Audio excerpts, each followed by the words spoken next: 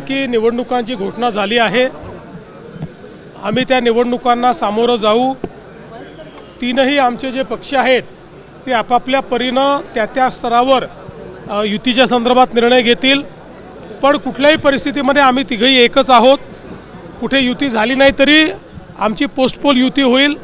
त्यामुळे मला असं वाटतं की या नगरपालिकेच्या निवडणुकीत महाराष्ट्राची जनता मोठ्या प्रमाणात आमच्या महायुतीलाच कौल देईल।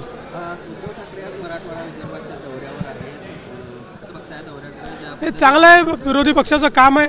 पहिल्यांदा उद्धवजी बाहेर पडले आहेत, ते मला आनंद आहे।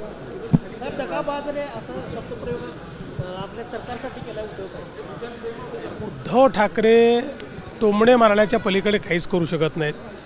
मी तर यापूर्वी देखील सांगितलं की विकासावर केलेलं त्यांचं एक भाषण दाखवा आणि 1000 रुपये मिळवा। काल निवडणूक आयोगाची पत्रकार परिषद झाली, त्यावर राज ठाकरे यांनी म्हटलेलं आहे की पत्रकार परिषद बघितल्यावर तळपायाची आग मस्तिष्कात गेली, कारण निवडणूक आयोगाकडे उत्तर नाही।